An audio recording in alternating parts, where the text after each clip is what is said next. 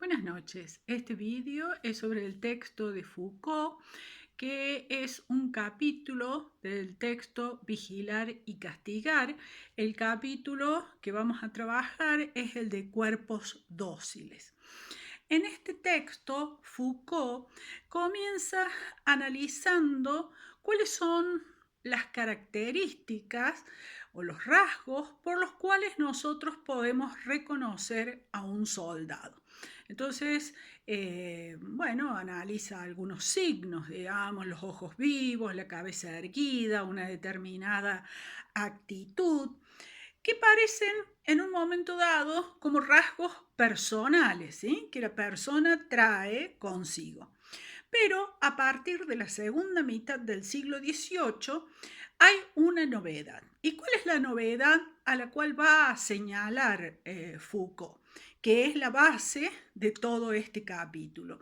Y es que esas características no tienen que ver con rasgos que trae la persona desde su cuna, desde su nacimiento, sino que el soldado, con todas esas características, se puede fabricar, ¿sí? Entonces, lo que vamos a ver es cómo se da la gran maquinaria que produce, digamos, a los soldados, por ejemplo, entre otros. Entonces, el soldado es una especie de máquina, ¿sí? ¿Por qué hablamos de máquina? Porque estamos hablando de un automatismo de los hábitos, ¿sí? Entonces vamos a tener un gran sistema, una gran maquinaria que va a producir máquinas, ¿sí? Es decir, estos soldados ahora van a ser hombres máquina, ¿sí? ¿Por qué? Porque van a ser producidos, van a ser fabricados con todos los gestos, con todas las actitudes que se deseen, ¿sí? Entonces, ¿cuál es la novedad aquí? Decimos que, o sea, ¿qué implica esta novedad de que se fabrica, ¿no? Es que se descubre justamente al objeto como cuerpo, eh, se descubre al cuerpo como objeto, ¿sí? Como objeto y como blanco del poder. O sea, que quien va a fabricar este hombre máquina es justamente el poder, ¿sí? Entonces el cuerpo es el punto que vamos a analizar aquí, ¿sí? Ese es el análisis que vamos a ver. ¿Cómo es que se produce el cuerpo? ¿Sí? El cuerpo ya no es algo que traemos de nacimiento por cuestiones biológicas, sino que el cuerpo es producido, ¿sí? ¿Y cuál es el cuerpo que se produce? ¿Sí? Es fundamentalmente un cuerpo que responde, un cuerpo que obedece, ¿sí? Un cuerpo hábil, ¿no? Y para eso ese cuerpo se manipula, se da forma, se educa, ¿sí? Entonces tenemos al hombre máquina, ¿no? Este hombre máquina se puede estudiar o se puede rastrear en dos registros, ¿no? Uno es el anátomo metafísico, que es justamente el que va a ser seguido, desarrollado por los filósofos y por los médicos. ¿Y qué es lo que nos ofrece este registro? Es un cuerpo inteligible, es decir, un cuerpo al que podemos conocer, un cuerpo al que podemos analizar, un cuerpo al que podemos estudiar, un cuerpo al que podemos explicar. Y el otro registro es el registro técnico-político, ¿sí? Aquí, ¿dónde lo podemos rastrear? En todos los reglamentos de todos los procedimientos en hospitales, en escuelas, en el ejército, en las fábricas, ¿sí? Y allí lo que vamos a ver es que todos esos reglamentos tienen por objetivo la sumisión, ¿sí? Ese es el objetivo, o sea, es un cuerpo útil. El otro registro era el cuerpo inteligible, analizable, y con este registro obtenemos el cuerpo útil, ¿sí? Estos dos registros que se presentan como una disyuntiva, o sea, por un lado, este cuerpo que estudian los médicos, que analizan los filósofos, y por otro lado, este cuerpo que tiene que ver con estos reglamentos concretos, empíricos, ¿sí? Con todos estos procedimientos, ¿no? ¿Y qué es lo que articula a ambos cuerpos, ¿no? El cuerpo inteligible, al cuerpo que se estudia, y al cuerpo, digamos, que es sumiso, al cuerpo que obedece. Lo que articula justamente es la docilidad. La docilidad, ¿sí? Es la que va a articular este cuerpo analizable con este cuerpo manipulable. Entonces, esta es, en definitiva, la novedad del siglo XVIII. Y tenemos algunos rasgos que podemos registrar en esta novedad. Entonces, primero, una escala de control. ¿Qué significa la escala de control? Que se trabaja el cuerpo en partes, en gestos, en actitudes, en rapidez, ¿sí? Es decir, que es como que el cuerpo se va a descomponer en distintas partes y se va a estudiar y se va a buscar someter cada actitud, cada gesto, cada movimiento, ¿sí? Es decir, que el control se va a ejercer sobre las partes del cuerpo. Lo otro es el objeto del control, ¿sí? Y aquí tiene que ver con la eficacia. Lo que se busca es un cuerpo eficaz, una eficacia de los movimientos. Es decir, que si se hace un gesto, se hace un movimiento, ese gesto, ese movimiento no es gratuito, sino que tiene que ser eficaz, ¿sí? Entonces eso tiene que ver con una especie de economía del movimiento. Y una modalidad, ¿sí? ¿Cómo se va a lograr esto? Con una coerción constante, ininterrumpible. O sea, el cuerpo va a estar sometido a ese control, a esa coerción, a esa sumisión de modo constante, ¿sí? Eso serían, hacia grandes rasgos, lo que caracterizaría el modo en que el poder fabrica los cuerpos. ¿Y qué métodos va a utilizar? ¿Sí?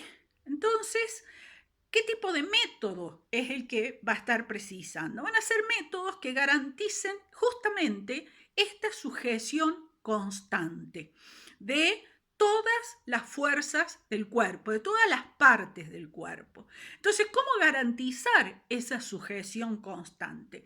¿Cómo se va a lograr imponer la docilidad y la utilidad?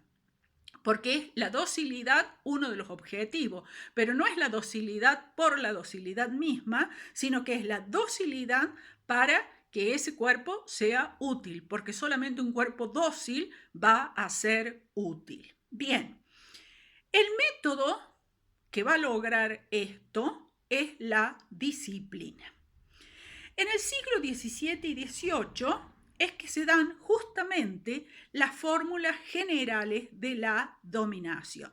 La disciplina no es una novedad de la modernidad, o sea, de los siglos XVII y XVIII. Ya la tenemos antes, las tenemos en los conventos, en ciertas prácticas que se daban en los conventos, ya estaba antes.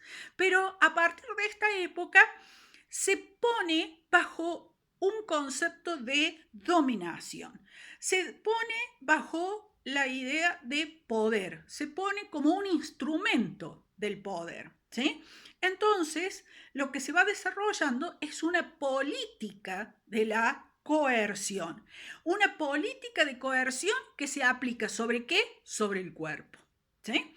Entonces, esto es lo que Foucault llama la anatomía política, que es específicamente una mecánica del poder.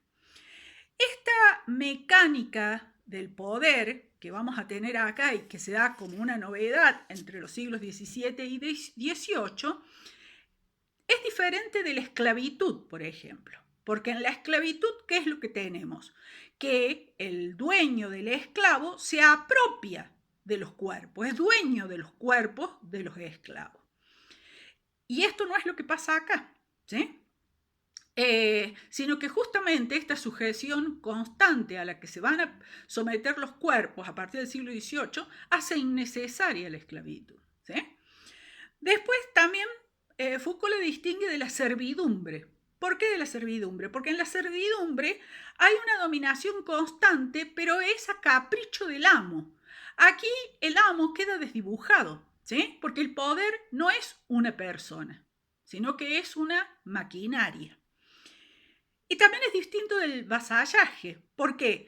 Porque en el vasallaje la sumisión era más bien lejana y afectaba más a los productos del trabajo que a los cuerpos. Y también, como ya lo señalamos, es distinto de las disciplinas monásticas, de las disciplinas que se dan en el convento, porque estas disciplinas que se daban en los conventos lo que buscaban era un dominio sobre el propio cuerpo, ¿sí? En cambio aquí es sobre la dominación, digamos, del cuerpo de otro, ¿sí? O sea que hay un sujeto, digamos, que es sujetado por esta gran maquinaria que es la maquinaria del poder. Entonces, lo que tenemos aquí es que la disciplina fabrica cuerpos. ¿Y esos cuerpos cómo los fabrica? Sometidos y dóciles, ¿sí? Y útiles, ¿sí? Es decir, que la disciplina fabrica cuerpos dóciles y útiles. Es decir, que por un lado aumenta las fuerzas de los cuerpos para que estos cuerpos sean útiles. Es una utilidad en un sentido económico, para que puedan trabajar más, para que sean más eficientes en el trabajo. Pero por otro lado, disminuye esas fuerzas en el sentido político, ¿sí? ¿Por qué? Porque el objetivo es la obediencia política, ¿sí? O sea que ahí tenemos, desde el punto de vista económico, aumenta las fuerzas para hacerlos más productivos, para que sean más útiles, pero desde el punto de vista político, disminuye las fuerzas para hacerlos más dóciles. Entonces, aquí lo que tenemos es el cuerpo, ¿sí? Que está vinculado con la dominación. Entonces, esta es justamente lo que es la anatomía política. En la anatomía política, que es este, digamos, dominio del cuerpo, esta producción de cuerpos dóciles y útiles, ¿por qué se caracteriza? Porque hay una multiplicidad de procesos que convergen todos en un objetivo y en un método general. ¿Y dónde encontramos esos procesos? En los colegios, en los hospitales, en la organización militar, en los talleres, en las fábricas, ¿sí? Son los espacios donde vamos a encontrar a estos procesos que tienen por finalidad la fabricación de cuerpos dóciles y útiles. Esto es justamente lo que va a estudiar la microfísica del poder, donde la disciplina es justamente una anatomía política del detalle, ¿sí? O sea, que la microfísica del poder, lo que tenemos aquí es justamente esto, donde sucede esto. La disciplina es una anatomía política del detalle. En el detalle justamente es donde donde se conjuga toda la sumisión, ¿sí? Es decir, que en los gestos que parecen más pequeños, que parecen más triviales, allí es donde se va a aplicar la disciplina.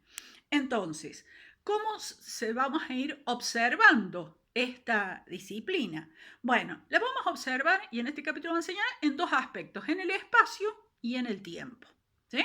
Entonces, vamos a empezar a analizar qué pasa en el espacio, ¿sí? Y una de las características que tiene esta producción de cuerpos que hace la disciplina tiene que ver con la distribución en el espacio. Y allí tenemos varios rasgos. Primero, uno, la clausura, ¿sí? ¿Qué supone la clausura? Un lugar específico, diferente a todos los demás lugares y que sea cerrado sobre sí mismo. Entonces, por ejemplo, los colegios, los cuarteles, los talleres, las fábricas, Todos estos edificios siguen el modelo del convento, ¿sí?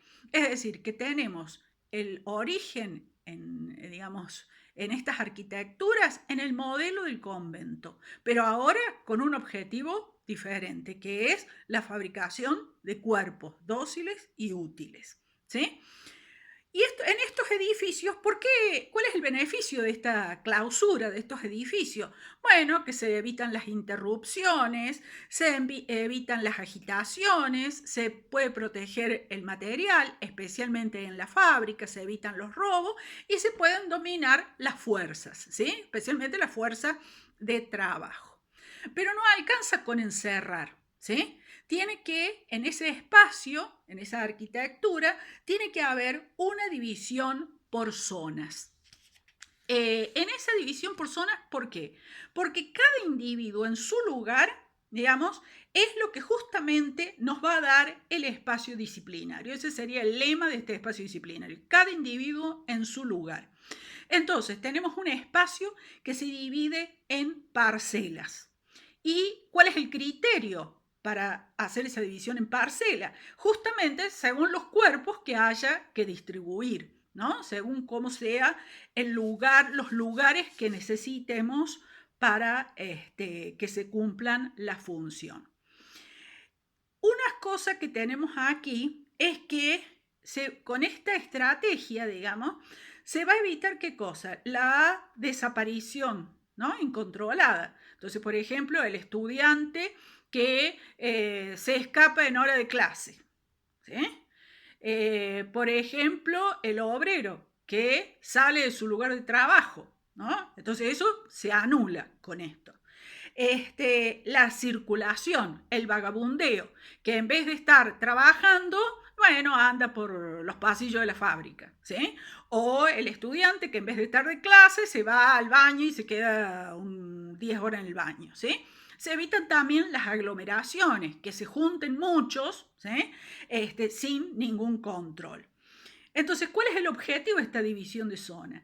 Que siempre se pueda saber quién está presente y quién está ausente. ¿Mm? Que se pueda vigilar la conducta de cada uno. Entonces, lo que tenemos así es un espacio analítico, un espacio celular, porque justamente está inspirado en las celdas de los conventos, ¿eh? En las celdas, en las habitaciones donde los monjes se encerraban allí a practicar su meditación o lo que sea. Otro rasgo, los lugares, ¿cómo se van a definir? Esos lugares tienen que ser espacios útiles, ¿sí? Entonces, tiene que haber una vigilancia específica, ¿no? Entonces, por ejemplo, en el caso del hospital, el espacio administrativo se va a articular justamente con el espacio terapéutico. Entonces, allí se va a poder controlar los individuos, se va a poder individualizar los cuerpos, saber quiénes son los que están allí, saber qué enfermedades tienen, se las va a poder identificar, cuáles son sus síntomas, cuáles son sus vidas, cuáles son sus muertes, ¿sí? Entonces, todo eso va quedando registrado y de esa forma se articula el espacio administrativo con el espacio terapéutico. En el caso de la fábrica, ¿no? Según lo que sería el puesto de trabajo, el llamado puesto de trabajo, que es el lugar de trabajo según la operación que tiene que hacer. Aquí están los que tienen que coser, vamos a decir una empresa textil, por ejemplo, de producción de ropa, aquí están los que cosen, aquí están los que hacen los moldes, aquí están los que bordan, aquí están los que pegan los detalles, etcétera, ¿sí? Entonces, ¿qué se logra con esta vigilancia? ¿No? Se logra justamente controlar la presencia, la aplicación en el trabajo, la calidad del trabajo y la clasificación de los obreros, ¿no? ¿Quién hace qué cosa? Entonces se individualiza justamente la fuerza de trabajo. Además, ¿qué otro rasgo tenemos? Que los elementos son intercambiables. Y eso nos da que la unidad de análisis justamente es el rango. ¿Qué es el rango? Es el lugar que se ocupa en una clasificación. Entonces aquí se individualizan los cuerpos mediante la localización y además los hace circular, porque esa localización no es fija, es por un tiempo y después se pasa a otro lugar, se cambia el rango. Entonces, hay por un lado una homogeneización, los elementos individuales, ¿sí? Y después justamente esos elementos se van moviendo según los logros.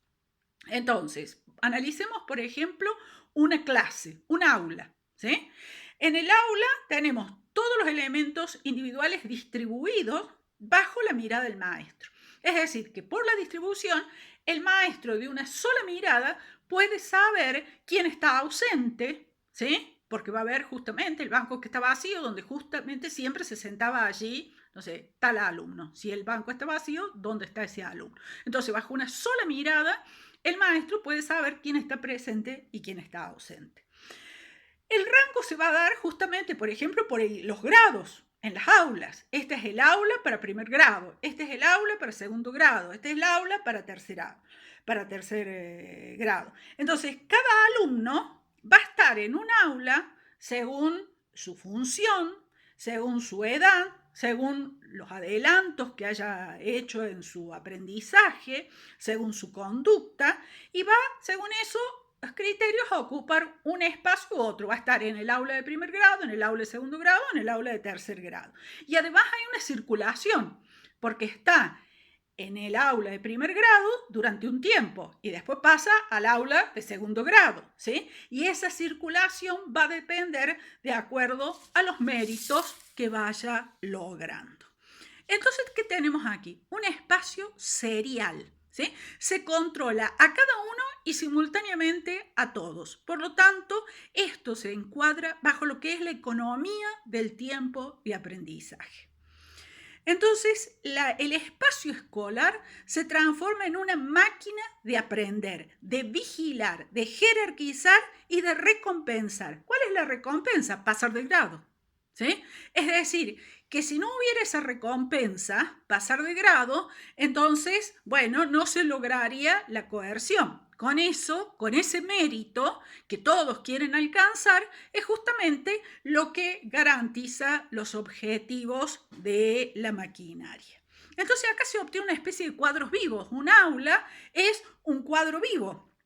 Entonces lo que tenemos ahí es la transformación de multiplicidades que son confusas, inútiles, peligrosas cuando son masas, ¿sí? Aglomeraciones, y se logra eso transformar en una multiplicidad ordenada, ¿sí? Entonces, esta es justamente la técnica de poder y es también un procedimiento de saber. Entonces, aquí no solamente se tiene el objetivo de clasificar como en las taxonomías naturales, que se buscaba justamente buscar una jerarquización, sino que también aquí lo que se busca en estas clasificaciones disciplinarias, que son diferentes de las naturales, es obtener justamente el mayor beneficio para la utilidad que se está requiriendo, ¿sí? Se logra justamente la utilidad de esos cuerpos. Bien, entonces vemos cómo la organización de las aulas en el sistema de aprendizaje está fundamentada en la sujeción del poder. O sea, el poder busca sujetar a los individuos a través de estas organizaciones, desde pequeños en el caso de las aulas. Entonces, eso es con respecto al espacio. Veamos ahora qué pasa con respecto al tiempo, ¿sí? El control de la actividad, el movimiento se da en el tiempo. Entonces, lo que hay es un empleo del tiempo. El empleo del tiempo sigue también el modelo del convento y se da en la escuela, en el tiempo industrial, en la fábrica, en el hospital, en la prisión. El tiempo, ¿sí? Siempre tiene que ser un tiempo útil, porque el gran enemigo del poder es el vagabundeo, la vagancia, ¿sí? ¿Por qué? Porque el vago no es productivo, ¿sí? Entonces, Lo que se busca es el empleo del tiempo, un empleo eficaz. Y como funciona sobre el detalle, siempre los horarios en general son de esta forma.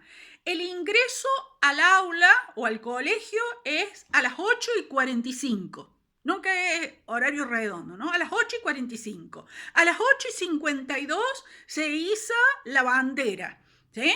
Y a las 9:05 todos tienen que estar en el aula. ¿Se entiende? Entonces siempre está así, cronometrado, digamos, minuto a minuto, porque el tiempo tiene que ser empleado de modo preciso y de modo útil. Tiene que haber una exactitud en el horario, ¿sí? Y especificidad, qué es lo que sucede en cada momento. Entonces, esto tiene que ver también con la calidad del tiempo empleado. Tiene que ser regular, es decir, siempre el ingreso, o casi siempre el ingreso debe ser a las 8:45, por ejemplo. Entonces, el tiempo de esta forma penetra en el cuerpo a través de un control minucioso y un control minuto a minuto, ¿sí? ¿Y qué es lo que se busca? Se busca justamente controlar el gesto, ¿sí? Controlar que se responda con rapidez, con eficacia y con rapidez. Esto implica un buen empleo del cuerpo. Un buen empleo del cuerpo es un buen empleo del tiempo. Es decir, que se busca el gesto eficaz. Fíjense en el tiempo, ¿no? El timbre de entrada, el timbre de salida en el colegio, el horario de entrada de los obreros, siempre está pautado esos horarios. Y cada después momento, a tal hora para ir a comer, a tal hora lo que se debe hacer, y siempre además buscando el gesto eficaz. Una prueba, deben resolver tales consignas en tal tiempo. ¿Sí? O sea, en ese tiempo tienen que resolver esas consignas. ¿Por qué? ¿Qué es lo que se busca? Es la eficacia, ¿sí? La rapidez y la eficacia. Por eso somos entrenados a través de las pruebas, a través de las evaluaciones, a través de los exámenes, en un tiempo. Tenés un tiempo para resolver estas preguntas. Y ese gesto, entonces, decíamos, tiene que ser eficaz. ¿Por qué? Porque el cuerpo es un instrumento. ¿Y con respecto a qué tiene que ser eficaz?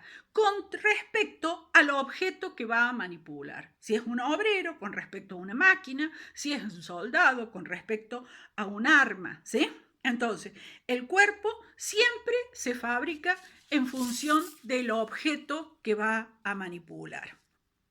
Y la utilización del tiempo debe ser exhaustiva. El tiempo se fracciona. ¿Para qué? Para extraer de cada instante las fuerzas útiles. Entonces, por eso justamente en la escuela tenemos un tiempo para las tareas. ¿Por qué? Porque hay que habituar a los niños a ejecutar rápidamente lo mejor posible. Y eso ya los prepara para el trabajo en la fábrica o en el empleo que vaya a hacer.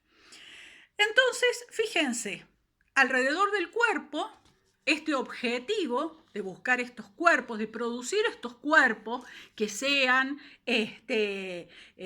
dóciles, que sean útiles, es que se van a desarrollar las formas de saber. ¿Sí?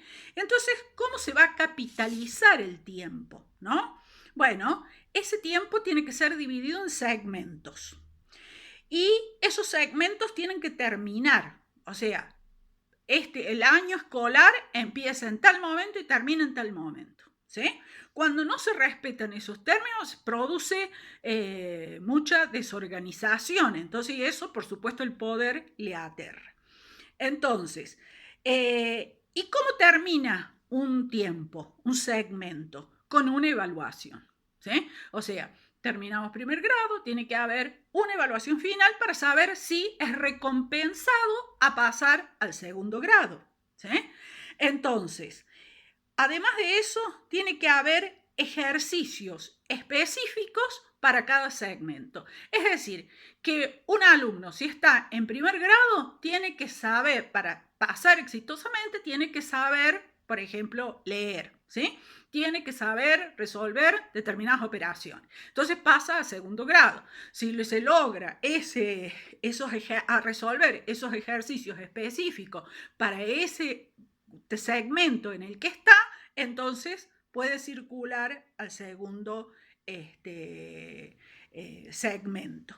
Entonces hay una fiscalización, un control de la duración, ¿no? Entonces, todo el aparato escolar está para controlar, para fiscalizar la duración de esos segmentos y el paso, si es recompensado o no, a otro segmento.